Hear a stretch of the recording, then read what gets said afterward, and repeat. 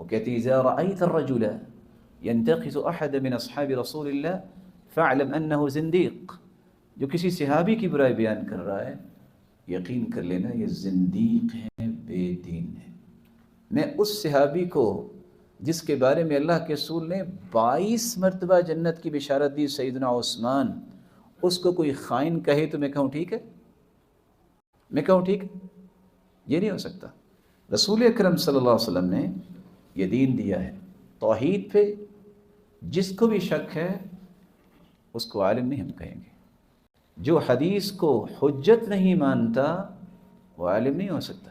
اور حکم کیا دیا اللہ کے رسول نے، ارتحلوا، یہاں سے چلو، جہاں صحابہ کرام کے بارے میں لفظ بولے گئے میں یہاں بیٹھنا پسند نہیں کرتا۔ صحابی روایت کرتے ہیں کہ اونٹنی پہ بیٹھے، اونٹنی دوڑائی، اور وہ شخص کہہ رہا تھا یا رسول اللہ انما ہی سوالف، میں تو بس مذاق کر رہا تھا، اور آپ کہہ رہے تھے قل اب اللہ وآیاتہ ورسولہ کنتم تستہزئون، اللہ سے مذاق کرتے ہو، رسول سے مذاق کرتے ہو، اللہ کی نشانیوں سے مذاق کرتے ہو۔ تو جس کا اللہ کے بارے میں، جس کا قرآن کے بارے میں، جس کا نبی کے بارے میں، جس کا صحابہ کے بارے میں وین کلیئر نہیں، اس شخص کے بارے میں یہ کہہ دینا کہ وہ عالم ہے، اس کا بھی وین کلیئر نہیں ہے۔ اور علماء 3 طرح کے ہوتے ہیں، عالم ملہ، عالم دولہ، عالم امہ۔ امام شعبی جنہوں نے 500 صحابہ کو دیکھا، وہ 3 قسمیں بیان کرتے ہیں۔ عالم دولہ اس کو کہتے ہیں جو صرف وہ بات کرے جس سے حکومت خوش ہوتی ہے۔ عالم امہ اس کو کہتے ہیں جو صرف وہ بات کرتا ہے لوگ جس سے خوش ہوتے ہیں۔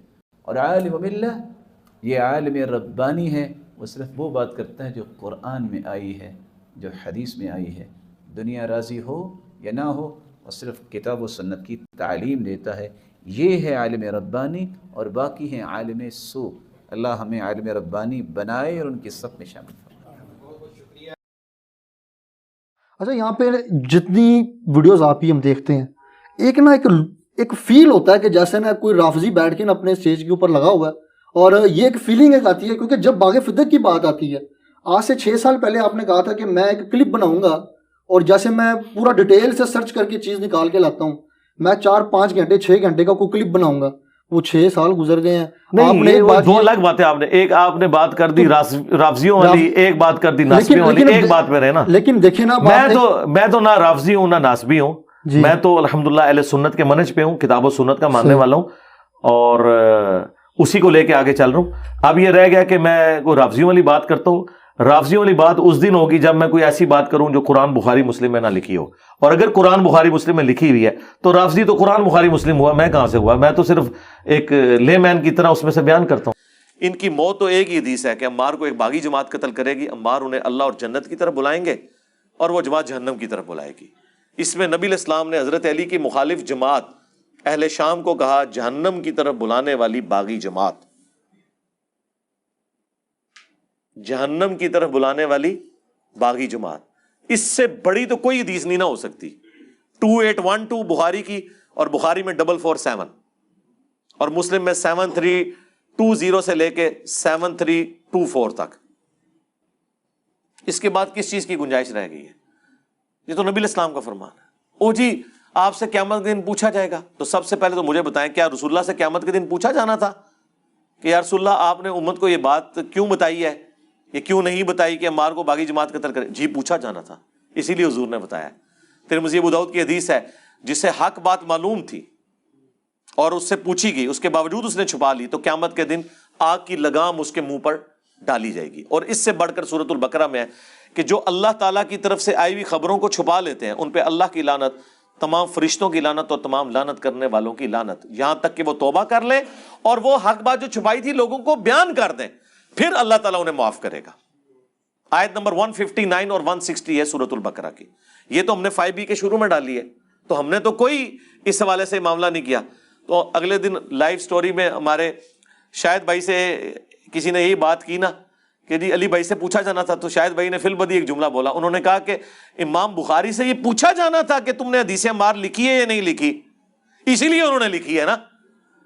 یہ تو امام بخاری سے پوچھو کہ حدیث عمار کیوں لکھی، کہ حضرت صاحب آپ سے پوچھا جانا تھا کہ آپ نے حضور کی حدیث لکھی ہے کہ نہیں، اس لیے آپ نے ڈر کے لکھ دی۔ یقیناً پوچھا جانا تھا، اسی لیے لکھی۔ تو ہم تو بیان کر رہے ہیں، ہم تو ڈاکی ہیں، اور امام بخاری تو شاہی کوئی نہیں، یہ تو رسول اللہ کا فرمان ہے۔ میرے خیال میں جو حدیث عمار سے بھاگتے ہیں نا، وہ اپنے ایمان کی فکر کریں. وہ رسول اللہ پر تہمت لگا رہے ہیں. رسول اللہ سے بڑھ کر کوئی نہیں تھا اپنے صحابہ کا دفاع کرنے والا. اگر اللہ کے نبی یہ لحاظ نہیں کر رہے تو سرکار، میں تو کہتا ہوں اہل صفین قبروں سے نکل آئے نا، اور وہ آ کے کہیں حدیثیں مار بیان نہ کرو.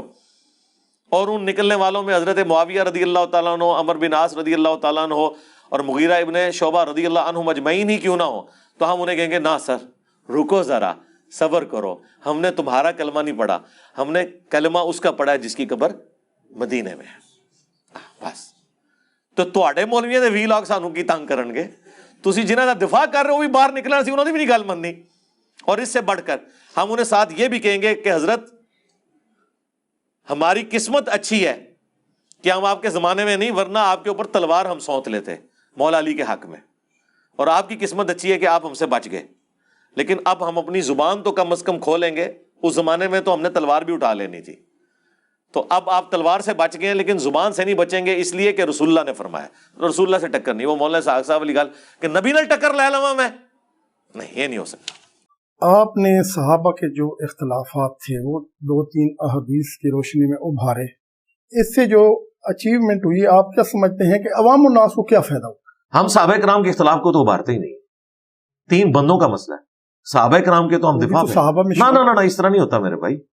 جب 2 پارٹیاں ہوتی ہیں تو فیصلہ کریں آپ نے خلفائے راشدین کے ساتھ کھڑا ہونا ہے یا ان کے مخالفین کے ساتھ. اگر آپ نے یہ کرنا ہے تو پھر حضرت ابوبکر کے خلاف جو کھڑے ہوئے منکرین زکات، کلمہ گو تھے نا، نماز پڑھتے تھے نا، تو ان صحابہ کے آپ کیوں خلاف ہیں؟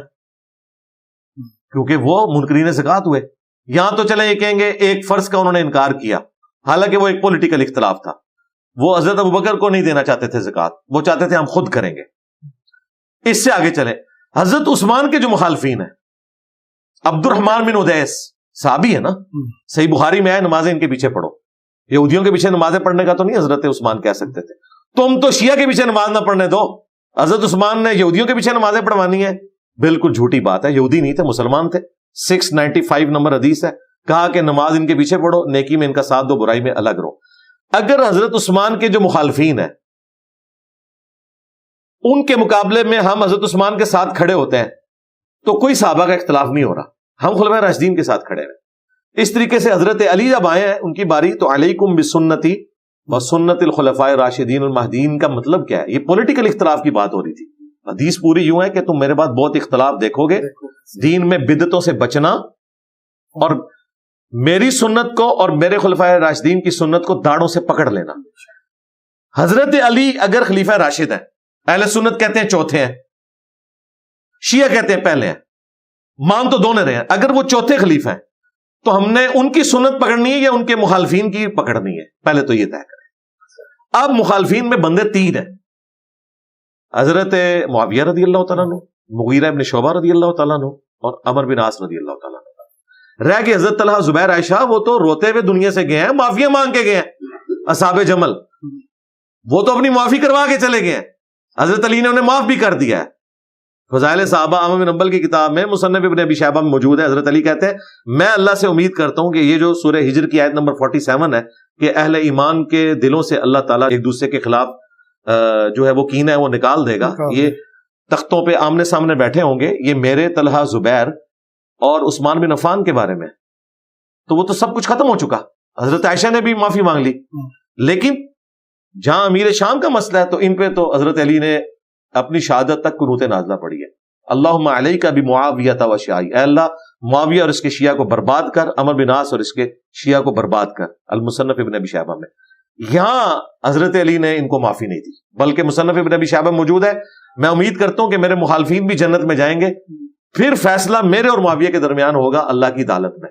وہ لیکن دنیا میں جو نبی الاسلام کی حدیثیں ہیں ان کو بیان کرنے سے ہمیں کوئی کیسے کہہ سکتا ہے یہ اختلاف ہے؟ یہ تو حضور کی حدیثیں ہیں.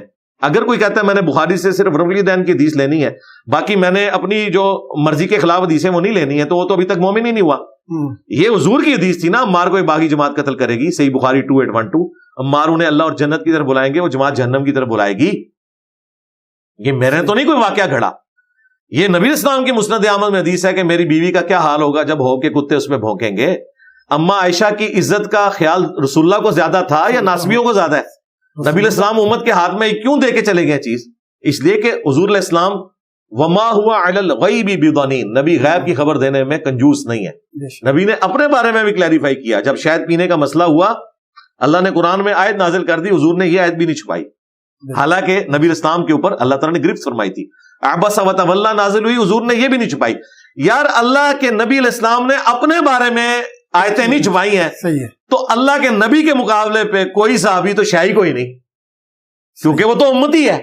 اگر اللہ کے نبی اپنے بارے میں کوئی بات نہیں چھپا رہے، قل انی اخاف ان عصیت ربی عذاب یوم عظیم، اے نبی تم فرماؤ مجھے اس بات کا خوف ہے کہ اگر میں نے بھی اپنے رب کی نافرمانی کی تو بڑے دن کا عذاب مجھے بھی آ پکڑے گا۔ تو نبی الاسلام نے یہ آیت بھی نہیں چھپائی۔ تو بھائی اس طریقے سے نبی الاسلام کو جو غیبی خبریں ملی تھی وہ آپ نے امت تک پہنچائیں، یہ دلائل النبوہ ہیں۔ کل تک یہ نبوت کی خبریں تھیں۔ امام بیہقی کی کتاب ہے دلائل النبوہ، اس میں جنگ جمل صفین نہروان کی ساری حدیثیں لکھ کے انہوں نے ثابت کیا ہے کہ ہمارے نبی اللہ کے نبی ہیں، کہ انہوں نے اپنی وفات کے بعد کے واقعات بیان کر دیے۔ کل تک تو یہ حدیثیں حضور کی نبوت کو جسٹیفائی کرتی تھی، آج یہ حدیثیں بیان کرنا حرام ہے سعودیہ اور ایران کی ٹسل کی وجہ سے۔ یہ 50 سال پہلے تک تو یہ حدیثیں بیان کر کے ہم حضور کی نبوت منواتے تھے۔ ان لوگوں کو نہ حدیث کا نالج ہے نہ انہیں فقہ کا نالج ہے، بس یہ بنو امیہ کی تنخواہیں حلال کر رہے ہیں۔ جزاک اللہ خیر۔ میں نے بخاری مسلم میں جب رفع الیدین سے نماز کا طریقہ اڈاپٹ کیا تو بخاری مسلم میں جو بنو امیہ کے خلاف رسول اللہ کے فرامین آئیں گے میں ان کو بھی ویسے ہی مانوں گا۔ یہ کیسے ہو سکتا ہے کہ میں دو نمبری اختیار کروں؟ تو آپ جو چیزیں میں ہائی لائٹ کر رہا ہوں ان کا جواب دیں، اور آپ کی چیخو پکار، آپ کا رونا پیٹنا اس بات کی گواہی ہے کہ آپ کے پاس کسی بات کا جواب نہیں ہے۔ تو یہ پروپیگنڈا کرنے سے مجھے کوئی نقصان نہیں ہونا۔ میں نے اس لیے کہا تھا تہاڈی منجی ٹھک گئی، جے چاہتے ہو نا کہ کوئی 25-30 سال کٹ جاؤ تے خاموشی اختیار کرو، چیخو گے تے میں تو وہ نہیں ہوں کہ غامدی صاحب کی طرح جا کے امریکہ میں بیٹھ جاؤں گا۔ ہاں میں ٹھوک دیا گا منجی، جیڑی کل میں ٹھوکڑی میں آج ٹھوکاں گا، جتنی بار بولو کہ میں اتنی بار ٹھوکاں گا۔ اب دیکھیں نا کس طرح انہوں نے اپنی منجیاں ٹھکوائی ہیں۔ نہ وہ لال رومال والا مجھے گالیاں نکالتا قرآن و سنت بیان کرنے کے اوپر، تو نہ وہابی ایکسپوز ہوتے۔ تو وہ اہل سنت میں سے لوگوں کو خریدتے ہیں جنہوں نے لبادہ اہل سنت کا پہنا ہوا ہوتا ہے، اور حقیقت میں وہ رافضیت کے گندے نطفے ہوتے ہیں، جس کی بہت ساری مثالیں ہمارے سامنے موجود ہیں۔ اسحاق جھال والا مردود اسی قسم کے انسانوں میں سے تھا، انجینئر مرزا مردود اسی قسم کے انسانوں میں سے ہے۔ رافضیت کے پیسوں پہ پلنے والا، ایران کے ٹکڑوں پہ پلنے والا یہ جانور صحابہ کے بارے میں اپنی زبان گندی دراز کرتا ہے، اور حقیقت میں اس کا من پلیت ہے، اس کے ماننے والے اس سے بڑے پلیت ہیں۔ 10 سال میں نے صبر کیا، میں نے اہل حدیث کو کبھی وہابی نہیں بولا تھا، اور ہمیشہ یہ کہا کہ قرآن و سنت کے سب سے زیادہ قریب ہے۔ آج بھی میں کہتا ہوں منہج 100% ٹھیک ہے اگر اس پہ عمل کریں۔ جس طرح میں کہتا ہوں کہ یہودیوں اور مسلمانوں کا اگر کمپیریزن کروایا جائے تو مسلمان حق پہ ہیں، لیکن اس کا یہ مطلب نہیں کہ مسلمان شرابی ہے، چور ہے، تو یہ شراب پینا، چوری کرنا، زنا کرنا حلال ہو جائے گا۔ مسلمان حق پہ ہے اگر اسلام کے مطابق چلے۔ اہل حدیث بھی حق پہ تب ہوں گے جب احادیث کے مطابق چلیں۔ اگر وہ کہیں گے ہم نے اپنی مطلب کی حدیثیں ماننی ہے، دوسری بخاری مسلم میں بھی ہوں، تو ہم نے کبوتر کی طرح آنکھیں بند کرنی ہے، تو اس طریقے سے تو کام نہیں چلے گا۔ تو میں جو کچھ پہلے کہتا رہا اس سے کوئی نفی نہیں کی، صرف ایک چیز میں نے اس وقت بیان کی تھی کہ ہم اس طرح کی ڈسکشن کو نہیں کرتے، اور وہ اس وجہ سے کی کہ ہمیں انہوں نے یہ پڑھایا تھا۔ جب بعد میں نے پڑھا کہ یہ جو لوگ ڈسکشن سے منع کرتے ہیں یہ تو خود اعلان کر رہے ہیں کہ چور کی داڑھی میں تنکا۔ یہ تو حنفی بھی کہہ رہے ہیں کہ یہاں پہ چونکہ حنفیوں کی اکثریت ہے لہٰذا رفع الیدین والی حدیثیں بخاری مسلم کی بیان نہیں کرنی چاہیے، اس سے فتنہ کھڑا ہوتا ہے۔ اونچی آمین کی حدیثیں نہ بیان کریں، فتنہ کھڑا ہوتا ہے۔ اور بریلوی کہتے ہیں کہ جی قل انما انا بشر مثلکم نہ پڑھیں، نبی الاسلام کی تنقیص کا پہلو اس سے نکلتا ہے، فتنہ کھڑا ہوگا۔ تو ان ساری باتوں کے جواب میں ہم کیا کہتے ہیں؟ رکو ذرا، صبر کرو، ہم یہ پڑھیں گے بھی اور تمہیں صحیح فہم بھی سمجھائیں گے ان احادیث کا، ان آیات کا۔ کیا ہم اس سے آنکھیں بند کر لیتے ہیں؟ اہل حدیث کو کیوں غصہ آتا ہے جب بریلوی کہتے ہیں کہ جی تانوں کوئی آیت نہیں لبھی قرآن چوں، ہر ممبر تے قل انما انا بشر مثلکم، تسی پڑھو وما ارسلناک الا رحمتا للعالمین، آپ پڑھیں من یطع الرسول فقد اطاع اللہ، آپ پڑھیں قل ان کنتم تحبون اللہ فاتبعونی یحببکم اللہ، انا ارسلناک شاہدا ومبشرا ونذیرا۔ ان اللہ وملائکتہ یصلون علی النبی اللہم صلی علی محمد وعلی آل محمد. جب وہ کہتے ہیں کہ یہ تم لوگ یہ آیتیں کیوں پڑھنے پہ زور نہیں دیتے اور صرف یہی پڑھتے ہو, تو ہم کیا انہیں کہتے ہیں, یہ اہل حدیث کیا کہہ رہے ہوتے ہیں اس وقت کہ نہیں جی عقیدے کی بات ہے. سرکار یہ عقیدہ نہیں ہے جہاں پہ جنت اور جہنم کا فیصلہ ہو رہا ہے. اور دوسری طرف یہی آپ کو کہتے ہیں وہ جی مولا علی کا قول ہے, مرفوع سند بھی ہے اس کی مشکات کے اندر مسند احمد کے حوالے سے, طبرانی کے حوالے سے, اور موقوفاً روایت فضائل صحابہ احمد بن حنبل کی کتاب میں. اور یقیناً یہ غیبی خبر رسول اللہ کے بتانے پہ ہے, نبی الاسلام کے الفاظ سے بھی ہے, اس کی سند کمزور ہے, لیکن جو مولا علی سے ہے وہ سند بالکل ٹھیک ہے. نبی الاسلام نے مولا علی سے فرمایا کہ تیری مثال میری امت میں عیسیٰ ابن مریم کی سی ہے. ہاں, یہودی ان کا انکار کر کے گمراہ ہوئے اور عیسائی ان کی شان میں غلو کر کے, اور پھر مولا علی کا قول اس کے ساتھ سپورٹیو جو نبی الاسلام کے بتانے پہ موقوف ہے کہ میری وجہ سے 2 فرقے جہنم میں جائیں گے, 2 گمراہ ہوں گے, ایک میری محبت میں غلو کر کے, ایک میری دشمنی میں. وجہ سے مراد یہ نہیں کہ میں قصوروار ہوں, حضرت عیسیٰ تو قصوروار نہیں ہے یہود و نصارہ کی گمراہی کا. مراد یہ کہ مجھے بیس بنایا جائے گا. اور یقیناً اس امت میں مولا علی کی ہی پرسنالٹی اتنی بڑی تھی کہ ان کی بنیاد پہ یہ کام ہوتا. جس طرح میں کہتا ہوں عیسیٰ ابن مریم ڈیزرو کرتے تھے کہ اگر گمراہی کسی کے نام پہ کھڑی کی جاتی تو اتنا بڑا بندہ چاہیے تھا ہمیں کہ جو مردوں کو زندہ کر دے, تو اسی کو خدا کا بیٹا کہا جا سکتا ہے نا. عقلاً دیکھیں, اگر گمراہی اپنی جگہ, لیکن لاجک انہوں نے اپنی جگہ جو بنائی ہے, کوئی بنیاد تو صحیح بنائی ہوئی ہے نا. مٹی کی مورت میں پھونک مارے اور اللہ کے اذن سے وہ پرندہ بن جائے, جس کو اتنا بڑا معجزہ ملے, وہی اس چیز کا حقدار تھا کہ اسی کے نام کو یوز کر کے اللہ کا بیٹا ڈکلیئر کیا جاتا. اگرچہ یہ گمراہی ہے, لیکن میں بنیاد آپ کو بتا رہا ہوں کہ بنیاد جو انہوں نے قائم کی ہے وہ ان کے بڑا ہونے کی وجہ سے.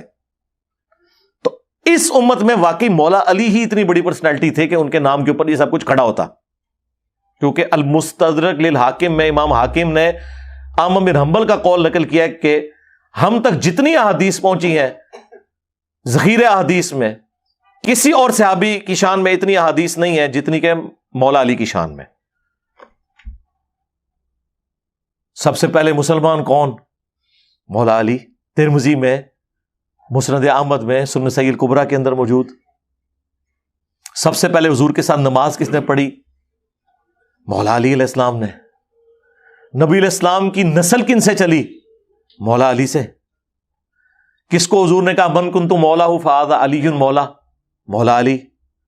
علی سے محبت نہیں رکھے گا مگر مؤمن, علی سے بغض نہیں رکھے گا مگر منافق. بائی نیم مینشن کیا. اور پھر المستدرک للحاکم میں حدیث, کوئی شخص پوری زندگی روزے رکھے اور مقام ابراہیم اور حجر اسود کے درمیان نمازیں بھی پڑھتا رہے, اگر ہم اہل بیت کا بغض اس کے دل میں ہوگا تو ضرور جہنم میں داخل ہوگا. اب یہ اتنی زیادہ احادیث کی موجودگی میں اہل بیت کی محبت یا ان سے بغض کی وجہ سے ہماری جنت اور جہنم کا فیصلہ ہو رہا ہو, تو آپ کیا سمجھتے ہیں یہ ہلکا کوئی چھوڑنے والی بات ہے؟ جبکہ امت نے حضور کی نصیحت غدیر خم کی کہ 2 چیزیں چھوڑ کے جا رہا ہوں, قرآن اور اہل بیت, جو مسلم شریف میں اوپر تلے 4 احادیث ہیں. قرآن کو پکڑ لینا, اس میں ہدایت ہے, یہ اللہ کی رسی ہے, جو اسے پکڑے گا ہدایت پہ ہوگا, جو چھوڑ دے گا گمراہ ہو جائے گا. اور دوسری بھاری چیز میرے اہل بیت ہے, میں اپنے اہل بیت کے معاملے میں تمہیں اللہ کا خوف دلاتا ہوں. اہل بیت کے معاملے میں اللہ کا خوف دلاتا ہوں 3 دفعہ فرمایا, لیکن امت نے نہ اہل بیت کو زندہ چھوڑا نہ قرآن کو پکڑا, الٹ چلے. قرآن کو چھوڑ دیا اور اہل بیت کے ساتھ حسن سلوک کیا. حضور کو قبر میں گئے, 50 سال ہوئے اور آپ کی پوری نسل قتل کر دی سوائے چند لوگوں کے. تو نبی علیہ السلام جب امت کو اس طرح کی نصیحتیں کر کے جائیں تو اس کا اینڈ رزلٹ پھر یہی نکلنا ہے میرے بھائی کہ اہل بیت کے خلاف جو لوگ کھڑے ہوں گے تو دفاع کرنے کے لیے بھی تو لوگ کھڑے ہوں گے. سنی شیعہ کنفلکٹ سے اٹھ کے دیکھیں تو یہ ساری کی ساری باتیں اب بھی مستقبل میں جب جب مجھے کوئی چیز پتہ چلے گی جو اس میں بہتر موقف ہے میں اڈاپٹ کروں گا اور اپنی غلطی کو مانوں گا.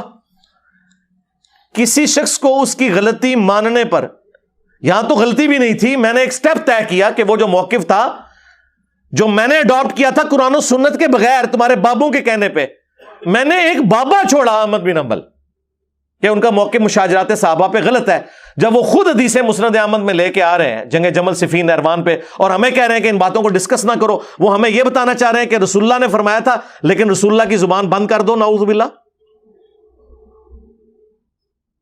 ہاں جی، پہلے خلیفہ کے مخالفین مرتد واجب القتل، دوسرے خلیفہ کے مخالفین کافر رومنز اور پرشینز، تیسرے خلیفہ کے مخالفین جی بلوائی خارجی، حالانکہ وہ خارجی نہیں تھے، خوارج کی ٹرم جو ہے حضرت علی کے زمانے میں آئی ہے۔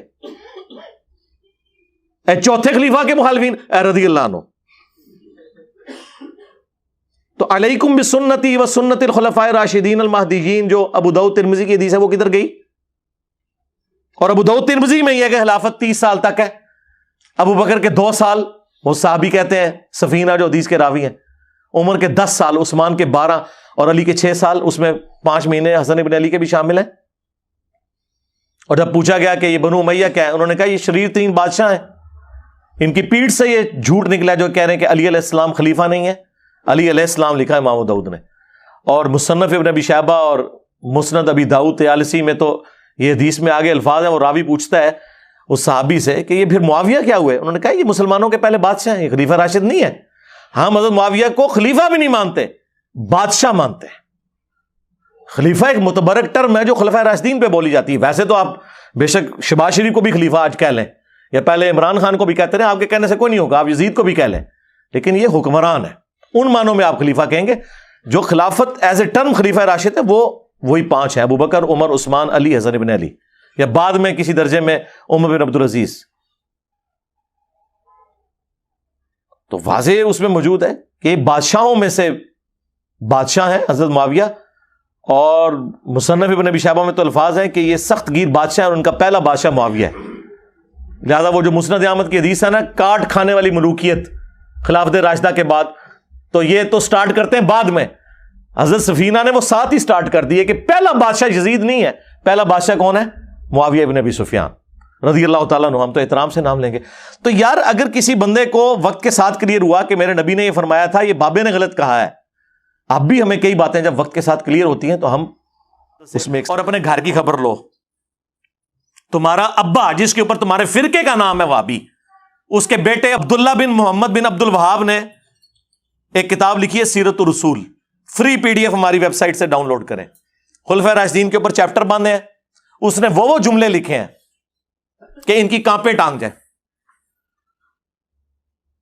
اس نے لکھا ہے اس کے اندر کہ حضرت معاویہ نے شہادت عثمان کا جھوٹا الزام حضرت علی پہ لگایا اور بیعت سے بھی منحرف ہوئے، لیکن اللہ تعالیٰ نے حضرت علی کو سرخرو کیا۔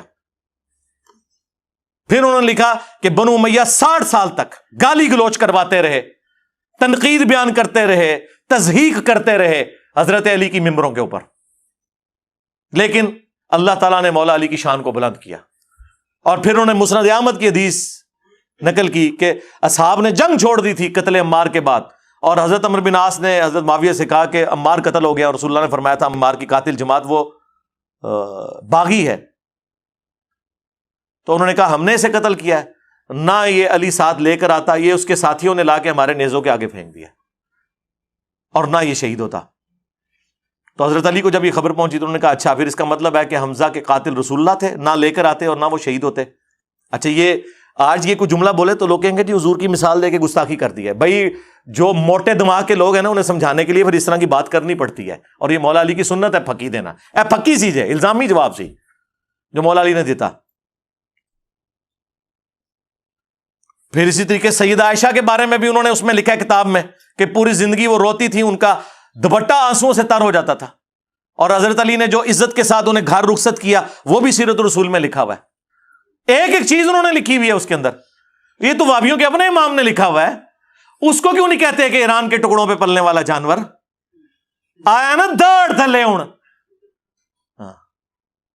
اور کچھ عرصے سے یہ لوگ میری دشمنی میں اتنے آگے گئے ہوئے تھے کہ حنفیوں کے بزرگوں کو اپنا امام بنا کے پیش کر رہے تھے، لیکن میں نے انہوں نے گاٹیاں تو پھاڑ لیا آ کے۔ ملا علی قاری ہائے ہائے ہائے صدقے رحمہ اللہ، یہ سارے وہابی سے رحمہ اللہ لکھتے ہیں اپنی کتابوں میں۔ 1014 ہجری میں فوت ہوئے ہیں انہوں نے مشکات کی شرح لکھی ہے مرقہ، اس میں 5878 نمبر حدیث قتل عمار والی جو مشکات میں آتی ہے اس کے کانٹیکسٹ میں ملا علی قاری نے اتنے گاڑے فتوے لکھے ہیں کہ وہ بات ہم نے کبھی اپنے پلیٹ فارم سے نہیں کی ہے۔ اس کو نہیں کبھی انہوں نے کہا کہ نیم رافضی اور فل رافضی، پتہ ہے کہ اگلے دن بریلوی اور دیوبندی منہ توڑ کے رکھ دیں گے، اور تمہیں تو سور کہہ کے چلے جائیں تو تم لوگ آگے بول نہیں سکتے ہو، بلکہ سور نہیں، سوراں دے سور. ہاں تو ملا علی قاری لکھتے ہیں، کتنے سخت بھاری جملے وہ لکھ رہے ہیں، اتنے سخت جملے لکھ رہے ہیں کہ ہم یہ بات کریں تو یہ لوگ کہیں گے یہ تو بڑی گستاخی کر رہے ہیں. انہوں نے لکھا ہے کہ حضرت معاویہ رضی اللہ تعالیٰ عنہ نے حضرت علی کی بیعت نہیں کی، انہیں چاہیے تھا کہ وہ حضرت علی کی بیعت کرتے اور خلافت منفیت کی طلب ترک کر دیتے، جو ان کے دل میں حکومت کی لالچ تھی نا اسے چھوڑ دیتے. پھر انہوں نے نمبر 2 ساتھ یہ لکھا کہ انہوں نے خون عثمان کو ڈھال بنایا ہوا تھا اپنی بغاوت کو چھپانے کے لیے. انہوں نے کہا کہ یہ پولیٹیکل ایک انہوں نے گیم کی ہوئی تھی، اندر بغاوت تھی چھپی ہوئی، یعنی خون عثمان کا بدلہ انہوں نے کہا ڈرامہ بازی ہے. کون؟ ملا علی قاری کہہ رہے ہیں. تیسرا انہوں نے کہا کہ حدیث عمار کہ عمار کو باغی جماعت قتل کرے گی، یہ حضرت معاویہ کے دل میں چھپی ہوئی جو بغاوت تھی اسے ایکسپوز کر دیتی ہے کہ اندر ان کے کچھ اور تھا. ہاں. نمبر 4 حضرت معاویہ کے ایٹیچیوڈ کی وجہ سے قرآن اور سنت دونوں مہجور ہو گئے، پیٹ کے پیچھے ڈالے گئے. اندازہ کریں اتنے سخت الفاظ. پھر انہوں نے آگے جا کے لکھا لیکن ہمیں چاہیے چونکہ وہ صحابی تھے ہم اپنی زبانوں کو بند رکھیں. ہاں اس کا مطلب ہے یہ ساری باتیں کرنا یہ زبان کھولنا نہیں ہے، بلکہ یہ حقائق بیان کرنا ہے. اور وہ صحیح کہہ رہے ہیں، یہ بات انہوں نے ٹھیک لکھی ہے کہ ہمیں چاہیے زبانیں بند رکھیں، یعنی مراد یہ ہے کہ لان دان نہ کریں، ہاں لعنت نہ بھیجیں، مانے کہ سب کچھ کیا ہے. اور یہ ماننا اس لیے ضروری ہے کہ ہمارا مقدمہ ہی ختم ہو جائے گا میرے بھائی. پوری رافضیت اسی کے اوپر تو کھڑی ہوئی ہے. وہ مولانا اسحاق صاحب نے صحیح کہا تھا کہ اگر انہوں نے ان 3 بندوں کی غلطیاں مان لی ہوتی نا، حضرت معاویہ رضی اللہ تعالیٰ عنہ، حضرت مغیرہ ابن شعبہ رضی اللہ تعالیٰ عنہ، حضرت عمر بن عاص رضی اللہ تعالیٰ عنہ، تو ابو بکر اور عمر کی داڑیاں نہ کھینچی جاتی. یہ وہاں تک پہنچے اس لیے کہ جب انہوں نے کہا کہ یہ کیا تو ان کو تو پتا چل گیا کہ یہ تو وہ لوگ تھے جن کے بارے میں تو بخاری مسلم میں چیزیں آئی ہوئی تھی، لہٰذا یہ منہج جو اہل سنت کا فراڈ کے اوپر مبنی ہے، انہوں نے یہ رزلٹ نکالا اور ان کا سودا پھر بک گیا. ظاہر ہے ہر فرقے کے پاس کوئی ایک تگڑی شے ہوتی ہے جس کی بنیاد پہ وہ اپنا فرقہ چلا لیتا ہے.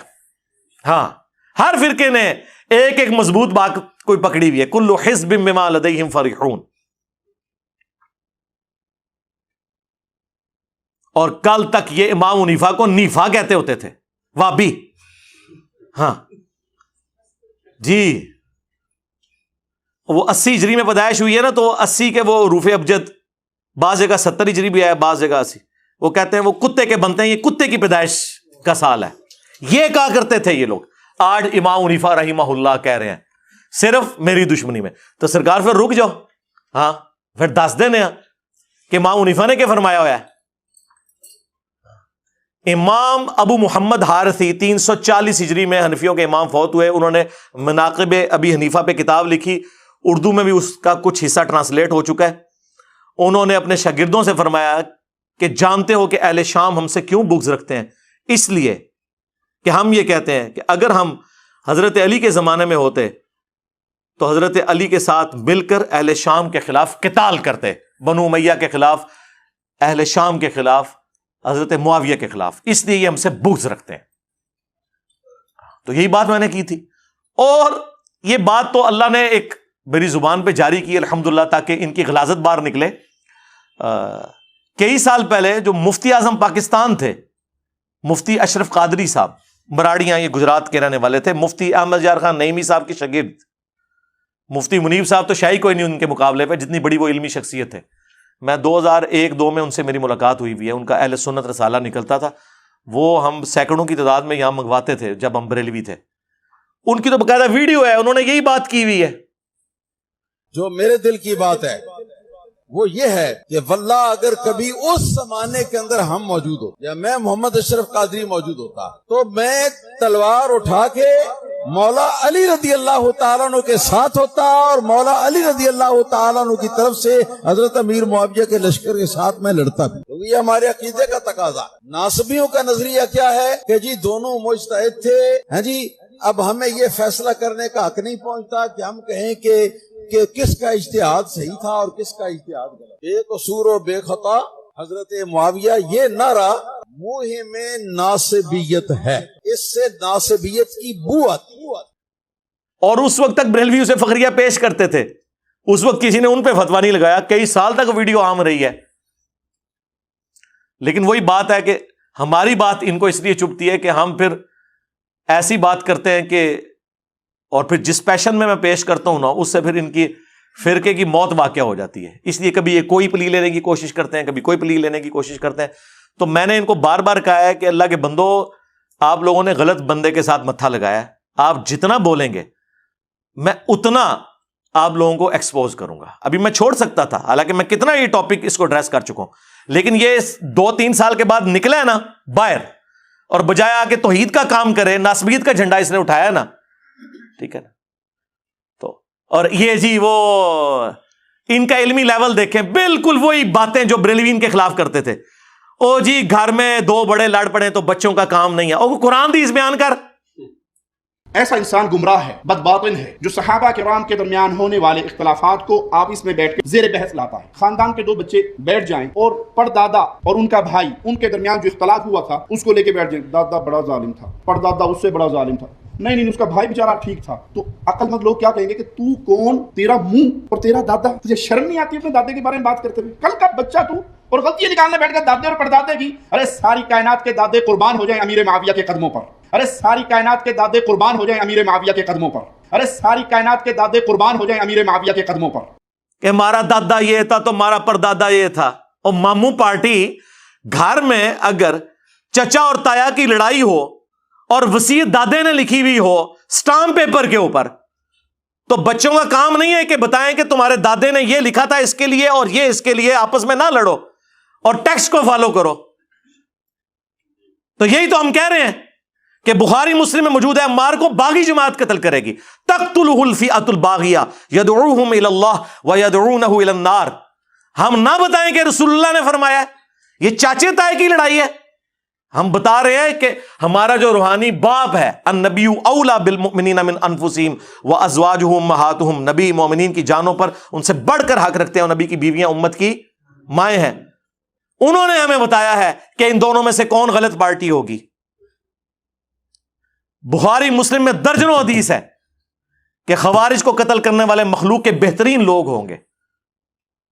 حضرت علی کی پارٹی تھی تینوں جنگوں کے بارے میں، جمل، صفین، نہروان، دیکھ لیں میں نے حدیثیں بتا دی۔ اور مصنف ابن ابی شیبہ میں باقاعدہ پورا چیپٹر ہے، 187 احادیث اور آثار ہیں، پڑھیں، خود پڑھ کے دیکھ لو، اردو میں ترجمہ ہو چکا ہوا ہے۔ جی مودودی کو خیال آیا خلافت و ملوکیت لکھنے کا، اور خیال آ گیا اس کو پمفلٹ لکھنے کا۔ حافظ صاحب جو اس نے بروشر جمع کیا ہے بخاری مسلم کی روایتوں کا کریکٹ نمبر دیتا ہے، کیا وہ احادیث صحیح ہے؟ میں نے کہا بالکل صحیح ہے۔ اگر کوئی بندہ اپنی سوچ پر قرآن کی آیات جمع کر دے گا تو وہ اسلام سے کفر بن جائے گا۔ مرزا محمد علی جیلوی نے 72 احادیث کو جمع کیا ہے اپنی سوچ کے ساتھ۔ اسلام کی 15ویں یہ صدی ہے، 15 صدیوں میں کسی بھی عالم نے، امام نے، محدث نے اس مواد کو جمع نہیں کیا جو اس نے کیا۔ آپ ان تمام احادیث کو صحابہ، تابعین، ائمہ محدثین کے فہم سے سمجھ لیں، مرزا صاحب ہر چیز سے فارغ ہو جاتے ہیں۔ کسی محدث نے کیوں نہیں لکھا؟ محدث نے لکھا تو انہوں پتہ نہیں سی نا، تو انہوں تے بخاری مسلم دا بھی خالی نہ ہی پتا سی۔ اور دوسرا، کس محدث نے کتاب لکھی ہے نماز محمدی تکبیر تحریمہ سے سلام تک؟ زبیر علی زئی صاحب نے۔ دسو کسی حال تک کسی محدث نے اس ٹائٹل سے کوئی چیز لکھی ہے؟ کس محدث نے بخاری کی اس حدیث سے کہ نبی علیہ السلام کو زہر آلود بکری جب پیش کی گئی، بخاری مسلم دونوں میں آتا ہے، کچھ صحابہ بھی شہید ہو گئے اسے کھا کے، حضور نے بھی زبان پہ رکھی لیکن پھر اگل دی، مرزانہ طور پر وہ بوٹی بول پڑی۔ اس سے وہ کہتے ہیں کہ جی نبی کو اگر علم غیب ہوتا تو صحابہ قتل نہ ہوتے۔ کس محدث نے اس حدیث سے علم غیب کا رزلٹ نکالا ہے؟ وہابیو تمہارے علاوہ؟ حضرت عائشہ پہ تہمت لگی، کہتے ہیں نہیں اتنا عرصہ حضور کو پتہ نہیں چلا جب تک کہ قرآن کی آیات نازل نہیں ہوئی۔ کس محدث نے حدیث افک اما عائشہ پہ تہمت لگنے والی حدیث سے یہ رزلٹ نکالا ہے کہ حضور کو علم غیب نہیں تھا وہابیوں سے پہلے؟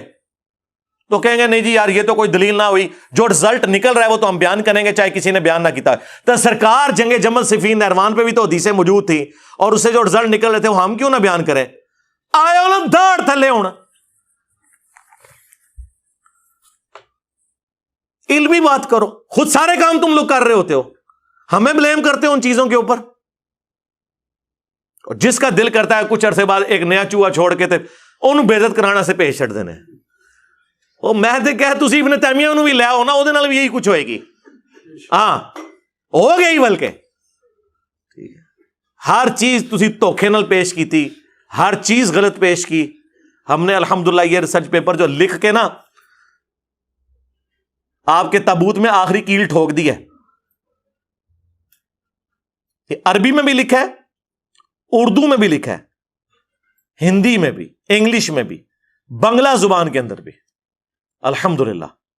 جائیں ہماری ویب سائٹ ahlsunnatpak.com سے ڈاؤن لوڈ کریں، 200 احادیث اکثر بخاری اور مسلم سے، اور جو ادر دین بخاری اور مسلم ہے ان کے اوپر میں نے دور حاضر کے محدثین کی تحکیم لگائی ہے، شیخ البانی، شیخ زبیر علی زئی، شیخ شعیب ارناؤت رحمہم اللہ اجمعین، غلام مصطفیٰ ظہیر صاحب، ارشاد اللہ اثری صاحب، اور باقی محدثین کی باقاعدہ میں نے اس کے اوپر تحکیم لگائی ہوئی ہے، اور یہ 200 کے قریب احادیث ہے۔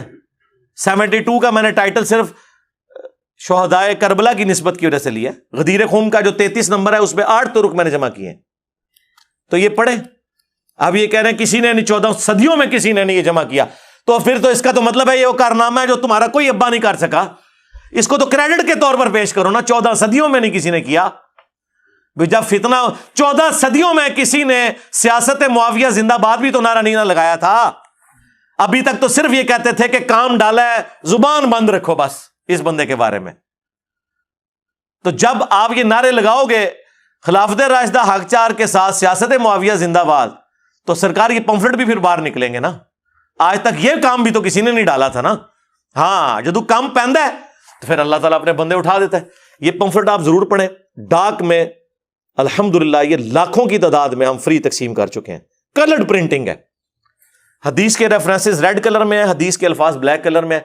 صرف ڈاک کا TCS کا 300 روپے آپ بھیجیں، ہمارا موبائل نمبر 032159000162، صبح 9 سے لے کے شام 5 بجے تک کھلا ہوتا ہے، رابطہ کریں۔ صرف یہ ریسرچ پیپر نہیں، میرے 8 ریسرچ پیپر اور 3 اذکار کارڈ، 12 کا پیکج بالکل فری آپ کے گھر آئے گا، صرف 300 TCS کا آپ نے خرچہ دینا ہے۔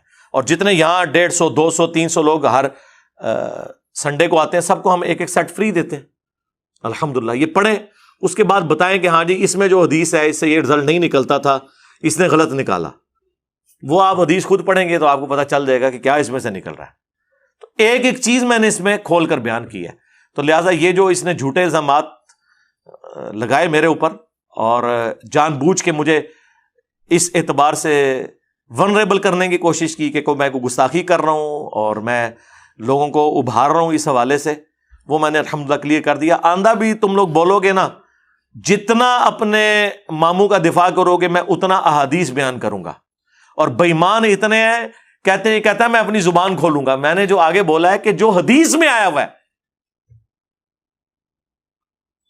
وہ کاٹ دیا، زبان کھولوں گا۔ زبان کیا، میں تو جب بولا ہوں رضی اللہ عنہ کا ہے، اس پمفلٹ میں سینکڑوں دفعہ نام آیا ہے حضرت معاویہ کا، ہر دفعہ رضی اللہ عنہ لکھا ہے، آپ کے ساتھ بھی رضی اللہ عنہ لکھا ہوا ہے۔ ہاں اتنی کون رسپیکٹ دیتا ہے؟ اتنی رسپیکٹ تو امام بخاری مسلم نے نہیں دی ہوئی ہے۔ امام بخاری اور مسلم نے سینکڑوں جگہ پہ صحابہ کے نام کے ساتھ رضی اللہ عنہ لکھا ہی نہیں ہوا، ان عائشہ ان ابی ہریرہ ڈائریکٹ لکھا ہے۔ ٹھیک ہے، یہ کوئی فتویٰ نہیں لگتا، ضروری چیز ایک ہی ہے جو جامعہ ترمذی میں حدیث ہے، وہ کنجوس ہے جس کے سامنے میرا ذکر ہو اور مجھ پر درود نہ پڑے، اللہم صلی علی محمد وعلی آل محمد، یا اس کی ناک خاک آلود ہو جو جامعہ ترمذی میں اور حاکم میں حدیث ہے، وہ تباہ و برباد ہو جائے جس کے سامنے میرا ذکر ہو مجھ پر درود نہ پڑے، اللہم صلی علی محمد وعلی آل محمد۔ بس درود شریف کی اوبلیگیشن ہے، باقی تو اور کچھ بھی نہیں ہے، ہم آنری طور پہ لگاتے ہیں، ٹھیک ہے لگائیں، ضرور لگائیں، اوبلیگیٹری ضروری چیز صرف درود شریف ہے۔ صلو علی محمد وعلی محمد، اللہم صلی علی محمد وعلی آل محمد واصحاب محمد وازواج محمد۔ وأمة محمد اجمعین الی یوم الدین آمین. ذرا یہ بتائیے گا، ابھی حالیہ میں نے ایک کلپ آپ کا دیکھا جس میں آپ نے کہا کہ دنیا میں ایسا کوئی سنی نہیں جس کے اندر ناسبیت نہ پائی جاتی ہے، اور دنیا میں ایسا کوئی شیعہ نہیں جس کے اندر رافضیت نہ پائی جاتی ہے. یہ ایک بہت بڑا الزام نہیں؟ ہاں جی، لیکن میں نے اسے بریف کیا تھا پارشلی. اچھا، کسی نہ کسی درجے میں کہیں تحت الشعور کے اندر موجود ہوگی. ہاں، ہماری ویڈیوز کے بعد اب اللہ کا شکر ہے ہزاروں نہیں لاکھوں ایسے سنی ہیں جن میں نہ رافضیت ہے نہ ناسبیت ہے. لیکن ہم سے پہلے ایسا نہیں تھا. اس میں پہلا جو بارش کا قطرہ ثابت ہوئے ہیں مولانا مودودی ہوئے ہیں. انہوں نے تھنک آؤٹ آف باکس کیا، خلافت و ملوکیت لکھی. پھر ان کے مشن کو مولانا اسحاق صاحب آگے لے کے چلے اس حوالے سے. لیکن ہم نے اس کو جس طریقے سے بکش فارم میں، چونکہ میں میکینیکل انجینئر ہوں اور انجینئر یونیورسٹی میں نوٹس میں اپنی کلاس کے بنایا کرتا تھا، آج بھی میرے نوٹس چلتے ہیں. یعنی مجھے اللہ تعالیٰ نے یہ صلاحیت دی تھی کہ میں نوٹس بنا سکتا تھا، اور میں نے اس کو پھر اس میں بھی امپلیمنٹ کیا. اور قرآن و سنت کو بھی اسی طریقے سے کمپیریٹیو اسٹڈی کر کے میں نے پوائنٹ ٹو پوائنٹ ڈسکس کرنا شروع کیا. ایک ایک چیز پبلکلی ڈسپلے کروائی، اور اس کی وجہ سے اب یہ ٹالرنس آنا شروع ہوئی. ورنہ یہ حقیقت بات ہے، ہم بھی خود سنی رہے ہیں، ہمیں پتا ہے کسی نہ کسی درجے میں ناسبیت موجود ہوتی ہے. وہ ناسبیت کس طریقے سے ظاہر ہوتی ہے کہ آپ کے سامنے اگر مسلسل حضرت علی کے فضائل بیان ہو رہے ہوں اور باقی 3 خلفاء کا ذکر نہ ہو رہا ہو تو فوراً شیعت کا فتویٰ لگنا شروع ہو جاتا ہے. اس کی آپ نمائندہ مثال دیکھ لیں کہ بریلویوں کے بارے میں لوگ کہتے ہیں نا کہ ناسبیت کا سوال ہی نہیں پیدا ہوتا، تو حنیف قریشی کو ناسبی کیوں کہہ رہے ہیں، رافضی کہہ رہے ہیں ان کو. اور دوسری طرف ڈاکٹر اشرف جلالی پارٹی جو ہے وہ سیدہ فاطمہ کے بارے میں جو کچھ کلیم کر رہے ہیں، اور اس طریقے سے حضرت امیر معاویہ رضی اللہ تعالیٰ عنہ کی طرف سے جھوٹا دفاع کر رہے ہیں اور جھوٹی روایتیں گھڑ گھڑ کے ان کے فضائل میں بیان کر رہے ہیں. یہ ناسبیت نہیں تو اور کیا ہے؟ جو ناسبیت کے خلاف بولے اسے رافضی کہہ دیا، اور خود یہ حال ہے کہ بجائے وہ مقدمہ لڑنے کے الٹا دفاع کرنا شروع کر دیا. تو یہ کسی نہ کسی درجے میں موجود ہے. اور میں اس میں صرف آج کے لوگ نہیں، میں آپ کے کیمرے میں پہلی دفعہ آن ایئر یہ بات کر رہا ہوں کہ میں احمد بریلوی صاحب کو بھی ناسبیت سے آزاد نہیں سمجھتا. اچھا جی، میں شیخ احمد سرہندی کو بھی ناسبیت سے آزاد نہیں سمجھتا. میں شیخ عبد القادر جیلانی کو بھی ناسبیت سے آزاد نہیں سمجھتا. ان کی گفتگو کے اندر جی الزام نہیں، میں ثابت کر سکتا ہوں. اچھا ہاں جی بالکل، میں ان کے ساتھ ایگری نہیں کرتا. جو کچھ انہوں نے اہل البیت کے حوالے سے حضرت امیر معاویہ کا دفاع کرتے ہوئے جو کچھ غنیت و طالبین میں انہوں نے لکھا ہے وہ قرآن و سنت کے منافی ہے. میں اس سے بالکل ایگری نہیں کرتا. میرے سامنے صحیح الاسناد احادیث ہیں، ان کے ہوتے ہوئے ہم یہ موقف نہیں رکھتے. ہمارا موقف امام شافعی کے ساتھ ہے. امام شافعی نے کون سا ایسا جرم کر دیا تھا کہ ان کے اوپر رافضیت کا الزام لگا؟ اہل سنت کہتے ہیں نا کہ اہل بیت کی شان بیان کرنا کوئی رافضیت نہیں ہے. تو اس کا مطلب ہے کچھ زیادہ کر دیا تھا امام شافعی نے. امام شافعی نے اس لیے کیا کہ وہ امام موسیٰ کاظم کے اصحاب میں شامل تھے، ان کے ساتھیوں میں، ان کے اسٹوڈنٹ تھے، اور وہ بنو امیہ کو کنڈیم کرتے تھے. اس کی وجہ سے ان کے زمانے کے سنی انہیں رافضی کہنا شروع ہو گئے تھے. اگر صرف وہ فضائل علی بیان کر رہے ہوتے اور بنو امیہ کا رد نہ کر رہے ہوتے انہیں کبھی بھی رافضی نہ کہا جاتا. تو انہیں یہ شعر کہنا پڑا، ان کان رفضا حب آل محمد فلیشہد الثقلان انی رافضی. اگر اہل بیت محمد صلی اللہ علیہ وآلہ وسلم کی محبت کا نام رافضی ہونا ہے تو جنوں انس گواہ ہو جو کہ میں رافضی ہوں. تو کیا امت میں اختلاف کی بنیادی وجہ آپ بنو امیہ کو ہی سمجھتے؟ کئی معاملات کے اندر یہ پولیٹیکل اختلاف تھا. یعنی جو بڑی دراڑ ہے سنی شیعہ بالکل، اس میں اگر پہلے نمبر پہ کوئی مجرم ہے تو بنو امیہ ہے. پوری اوورآل نہیں، پوری تو نہیں. بنو امیہ میں کئی لوگ ہیں جو جنگ صفین میں حضرت علی کے ساتھی تھے. حضرت عثمان غنی رضی اللہ تعالیٰ عنہ وہ اہل بیت سے محبت کرنے والے تھے. حضرت عمر بن عبدالعزیز اہل بیت کے چاہنے والے تھے. ہم ان کو تو ظاہر اس میں شمار نہیں کر رہے. ہم ان کی بات کر رہے ہیں کہ جنہوں نے کام ڈالا ہے. احادیث سے ہمیں پتہ چلا ہے، اور یہ ہم نے کوئی تاریخی جھوٹی روایتیں نہیں اٹھائی ہیں. تو بخاری مسلم میں ان کا جو حکومت کرنے کا انداز رپورٹ ہوا ہے، جس طریقے سے اہل البیت کے ساتھ انہوں نے کیا، تو بالکل واضح ہے. اچھا، آپ نے ابھی کچھ عرصے پہلے کہا تھا کہ آپ کا پلیٹ فارم ایک سنی پلیٹ فارم ہے. جی تو آپ اس کو سنی پلیٹ فارم ہی سمجھتے ہیں؟ جی بالکل. اس کی وجہ یہ ہے کہ جو بڑی دراڑ انیشلی ہو گئی ہے سنی شیعہ کی، شیعہ اس ایکسٹریم کے اوپر ہے کہ وہ تو خلافت کو ماننے کے لیے تیار ہی نہیں ہے. انہوں نے پیرلل میں ایک امامت کا نظام قائم کیا ہوا ہے. اگر ہم ان کے نظام کو اس طریقے سے ماننا شروع کرتے ہیں تو پھر خلفائے ثلاثہ کے حوالے سے بڑا اسٹرکٹ عقیدہ رکھنا پڑے گا. اگرچہ ان میں ماڈریٹ لوگ ہیں، وہ کہتے ہیں نہیں، حضرت علی نے ٹالریٹ کیا تھا، تینوں خلفاء کے معاملے میں ہم بھی ٹالریٹ کریں گے. لیکن جو انہوں نے ڈاکٹرن کھڑی کی ہے اس میں تو تینوں خلفاء فارغ ہوتے ہیں. صحیح. اس ڈاکٹرن کے ساتھ ہم ایگری نہیں کرتے. میں اہل سنت کی ڈاکٹرن کو درست سمجھتا ہوں کہ حضرت ابو بکر، عمر، عثمان رضی اللہ عنہم اجمعین وعلیہم السلام اجمعین نبی الاسلام کے مخلص ساتھی تھے، اور انہوں نے تن من دھن نبی الاسلام کے لیے وقف کیا. خصوصاً نبی الاسلام کی وفات کے بعد امتحان تھا، اتنا بڑا امتحان تھا، اور چند اصحاب اتنی مضبوطی کے ساتھ کھڑے رہے کہ انہوں نے نہ صرف عرب کے انٹرنل جو ایشوز تھے ان کے اوپر قابو پایا، یعنی جو مرتدین زکوٰۃ تھے یا مسلمہ کذاب، بلکہ رومنز اور پرشینز کو بھی الٹ کے رکھ دیا. یہ ایک غیبی تائید تھی خلفائے راشدین کے ساتھ. اسی وجہ سے اللہ تعالیٰ نے انہیں اتنی کامیابی دی، اور وہ وعدہ هو الذی ارسل رسولہ بالہدی ودین الحق لیظہرہ علی الدین کلہ، یہ خلفائے راشدین کے دور میں پورا ہوا ہے. نبی الاسلام کے مبارک دور میں صرف عرب کی سرزمین تک غلبہ ہوا تھا. رومنز اور پرشینز جو گری ہیں وہ تو حضرت عمر کے دور میں، اور پھر اس کا کلائمیکس بعد میں رشیا تک گورنمنٹ چلی گئی مسلمانوں کی حضرت عثمان غنی رضی اللہ تعالیٰ کے دور میں. تو لہٰذا مجھے کوئی آر نہیں اس معاملے میں کہ اہل سنت کا جو موقف ہے، منہج ہے، اس حوالے سے بالکل درست ہے. رہا وہ معاملات جو آج کے اہل سنت اسٹیبلش سو کالڈ ہیں، انہیں تو ہم اہل سنت ماننے کے لیے تیار ہی نہیں ہے ٹرو سینس میں. ویسے تو ٹھیک ہے سنی ہے، خواہ وہ بریلوی ہو، دیوبندی ہو، اہل حدیث ہو، حنفی، شافعی، مالکی، حنبلی ہو، لیکن بکش اعتبار سے جہاں جہاں انہوں نے ڈنڈی ماری ہے اور شیعہ کے بکس میں آ کے اہل سنت کا مقدمہ اس طریقے سے پریزنٹ کیا ہے کہ گویا کہ اہل سنت وہ ہوتے ہیں جو بنو امیہ سے محبت کرتے ہیں. یہی وہ بات ہے جو تسویہ ما بین سنی و شیعہ میں پیر میر علی شاہ صاحب نے مقدمے میں لکھا ہے کہ میں کتاب کیوں لکھ رہا ہوں، کیونکہ اہل سنت میں یہ بیماری آ گئی ہے کہ وہ سمجھتے ہیں کہ بنو امیہ سے محبت کرنا جو ہے یہ سنیت کی نشانی ہے. انہوں نے کہا کہ اہل سنت کب سے اتنے شقی ہو گئے، شقی کا لفظ ان کا، اہل سنت بدبخت نہیں ہوئے کہ بنو امیہ سے محبت کریں اہل بیت کے مقابلے پہ. تو پھر انہوں نے وہ کتاب لکھی. تو ہم بکش اعتبار سے اپنے آپ کو سنی سمجھتے ہیں. سنی سے قطعاً کوئی یہ نہ سمجھے کہ انڈیا کے 2 شہروں کے نام کے اوپر جو فرقے بنے ہیں بریلی اور دیوبند، ہم وہ والی سنیت کی بات کر رہے ہیں. ہم اس سنیت کی بات کر رہے ہیں جس کے علم بردار جو تھے امام بخاری تھے، امام مسلم تھے، ٹھیک ہے، امام حنیفہ تھے، امام شافعی تھے، امام مالک تھے، احمد بن حنبل تھے، وہ بڑے بڑے ائمہ.